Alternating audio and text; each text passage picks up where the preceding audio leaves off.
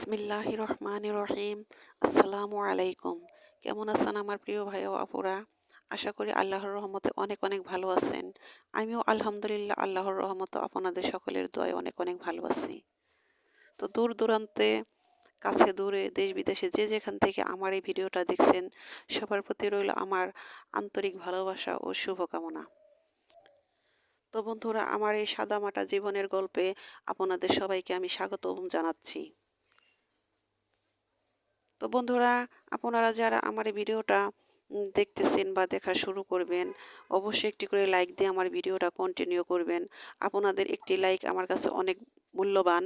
আর যে বন্ধুরা নতুন আমার এই ভিডিওতে যুক্ত হবেন, নতুনভাবে দেখবেন, তো তারা এই ভিডিওটা সম্পূর্ণ দেখে যদি একটু কোথাও ভালো লেগে থাকে, তাহলে অবশ্যই সাবস্ক্রাইব করে আমার পাশে থাকবেন।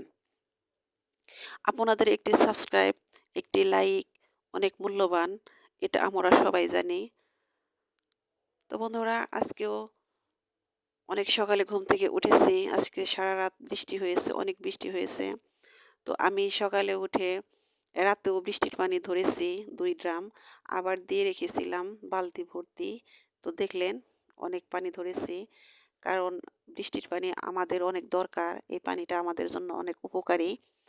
আমাদের টিউবওয়েলের পানিতে আয়রন, ভাত রান্না করলে ভাতটা নষ্ট হয়ে যায় তাড়াতাড়ি, ভাতটা অত ভালো হয় না। আর যদি এই বৃষ্টির পানিটা ব্যবহার করা হয় ভাতে, তাহলে ভাতটা অনেক সুন্দর হয়, ভাতটা নষ্ট হয় না। এটা কম বেশি আমরা সবাই জানি, আপনারা হয়তো জানেন। তো বৃষ্টি মানেই আল্লাহর রহমত। বৃষ্টি ভালো লাগে, বৃষ্টি আমি খুব পছন্দ করি, ভালোবাসি। আর বৃষ্টির পানিটা অনেক কাজে লাগে আমাদের। তো জানি না এবছরের শেষ বৃষ্টি কিনা এটা, এটা ভেবেই অনেক পানি ধরেছি, রাত্রেও ধরেছি, এখনও ধরলাম। তো পানি ধরা শেষ, এখন আমি রান্নার জন্য রেডি হইতেছি। তো প্রতিদিনই আমি এই গাছের মরিচগুলো তুলে নিয়ে, টাটকা মরিচ নিয়ে রান্না করি। এটা আমি আপনাদের সাথে প্রায় দিনই শেয়ার করি, আমার ভালো লাগে। আমি যখন গাছের মরিচগুলো তুলি, আমার ভালো লাগে। আর আমার ভালো লাগে বলেই সেই ভালো লাগাটা আপনাদের সাথে শেয়ার করি। তো আজকে আমি একটা সাদামাটা রান্না করব। সেটা হলো আমাদের খালের যে পুঁটি মাছ ছিল, সেই পুঁটি মাছ দিয়ে কচুর ডগা দিয়ে রান্না করব, পুঁটি মাছ ভাজি করব। আর হলো আর কিছুই রান্না করব না, কালকের একটু তরকারি আছে, এতেই চলে যাবে। তো ভাবলাম যে পুঁটি মাছও খালের শেষ পান, এখন আর ধরা যাইতেছে না মাছ। আর এই ধুত কচুর ডগার এই স্বাদটাও এখন শেষ হয়ে যাবে, কারণ শীতের সময় এই কচুর ডগা এটা মজা লাগে না। এটা মূলত বর্ষার মাসের তরকারি, বর্ষায় খেতে ভালো লাগে, গরমে। ভাবলাম যে শেষমেশ এই তরকারিটা রান্না করি।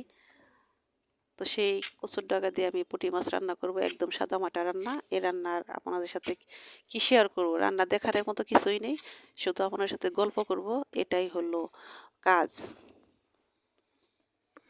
তো আপন মনে এক মনে কাজ করতেছি, আর ভাবতেছি আপনাদের সাথে কি বলবো, কি কথা বলবো। আপনাদের সাথে তো আর সরাসরি দেখে কথা বলতে পারি না, না দেখে কথা বলা অনেক আনইজি লাগে। তারপরও অনেক বন্ধুদের কথা, অনেক আপুদের কথা স্মরণ করে কথাগুলো বলি, ভালো লাগে। মনে হয় যে তাদের সাথে কথাটা বলতেছি, এরকম ভেবে কথাটা হয়। তো নতুন নতুন ভিডিও করতে গেলে, কথা বলতে গেলে হয়তো সবার হয় কিনা জানি না, কিন্তু আমি অনেক আনইজি ফিল করি। তো এক আপু আমাকে বলেছিল যে আপু আপনি মনে হয় যে অসুস্থ, বয়স শুনে হয়তো বলছিল। হ্যাঁ আপু, অসুস্থ না, শারীরিকভাবে ঠিক আছি আলহামদুলিল্লাহ, কিন্তু মানসিকভাবে একটু অসুস্থ আমি। তো সব কথা তো আর সবসময় বলা যায় না, শেয়ার করা যায় না। তো আস্তে আস্তে সব বলবো। আরেক মরিয়ম আপু, মরিয়ম ব্লগ থেকে আমাকে, আমি যে একটা কমেন্ট করেছিলাম সে কমেন্টের উত্তর দিয়েছে। তো আপু অনেক অসংখ্য ধন্যবাদ, যে আমি একটা কমেন্ট করেছি, আপনি সে কমেন্টের উত্তর দিয়েছেন যে লাউ গাছে আপনি কি ব্যবহার করেন, আমার গাছে লাউ, আমি যে গাছ বুনি সে গাছে তো লাউ ধরে না। তো আপনি সেটার উত্তর দিয়েছেন, আমি শুনে খুব খুশি হয়েছি। তো মরিয়ম আপু অনেক অনেক অনেক ধন্যবাদ আপনাকে। তো এই কয়েকদিনে আমি বুঝতে পেরেছি আসলে আপনারা আমার অনেক আপন হয়ে গেছেন, আমিও আপনাদের অনেক আপন হয়ে গেছি। অনেক সময় কাছের মানুষ দূরে চলে যায়, দূরের মানুষ কাছের হয়। অনেক সময় চেনা মুখ অচেনা হয়, অচেনা মুখ চেনা হয়, এটাই নিয়ম। তো আমার প্রিয় বন্ধুরা, আমি কথায় কথায় অনেক কথা বলে এমনই একটা মানুষ যে কথা বলতে গেলে আর শেষ হয় না, শুধু বেরোতেই থাকে, পেটের ভিতরে কোনো কথাই থাকে না। তো আমার কথাগুলো শুনতে হয়তো আপনাদের বিরক্ত লাগতে পারে। যদিও ভালো লেগে থাকে সেটাও আমাকে কমেন্ট করবেন, যদি বিরক্ত লেগে থাকে সেটাও আমাকে কমেন্ট করে জানাবেন। কারণ আপনাদের সাথে চলতে গেলে আপনাদের ভালো লাগা জিনিস আমাকে বুঝতে হবে, তাহলেই না হয় আমি আপনাদের মনের মতো হয়ে আপনাদের সাথে চলতে পারবো। আমার কথায় যদি একটু কোথাও ভুল হয়ে থাকে অবশ্যই ক্ষমা করে দিবেন। আর যদি একটু কোথাও ভালো লেগে থাকে তাহলেও সেটা আমাকে কমেন্ট করে জানাবেন। তো বন্ধুরা, এই তো দেখেন রান্না করতেছি, একদিকে আরেকদিকে বৃষ্টি রিমঝিম। এই বৃষ্টির সময় কি মনে হইতেছে জানেন? মনে হইতেছে যে কিছু কিছু সময় মনে হয় যে প্রকৃতির সাথে কথা বলি, প্রকৃতির সাথে মিশে থাকি। এই তো তার একটা সময় যখন বৃষ্টি নামে তখন শুধু বৃষ্টি আর বৃষ্টি, তখন কি আর কারো কথা মনে পড়ে, কিছু মনে পড়ে? তখন বৃষ্টির কথাই ভাবি, কোথায় যেন মনটাকে হারিয়ে ফেলি। এই হলো আমাদের ভালো লাগা, ভালোবাসা। তো বন্ধুরা, আমার এই কথা, আমার এই গল্প, আমার এই ভিডিওটা কেমন লাগলো অবশ্যই আমাকে কমেন্ট করে জানাবেন। আর অবশ্যই যে বন্ধুরা নিয়মিত আমার এই ভিডিওটা দেখেন, কমেন্ট করেন, সে বন্ধুদের অসংখ্য ধন্যবাদ জানাচ্ছি। আর যে বন্ধুরা আমার ভিডিওটা প্রথম অবস্থায় দেখবেন, অবশ্যই ভিডিওটা দেখার পর যদি একটু কোথাও ভালো লেগে থাকে অবশ্যই সাবস্ক্রাইব করে আমার পাশে থাকবেন। বন্ধুরা, আমিও আপনাদের পাশে আছি, সাথে আছি, থাকবো ইনশাআল্লাহ। আর আপনারাও থাকবেন, আমাকে একটু সাপোর্ট করবেন, তা না হলে আমি এগোতে পারবো না।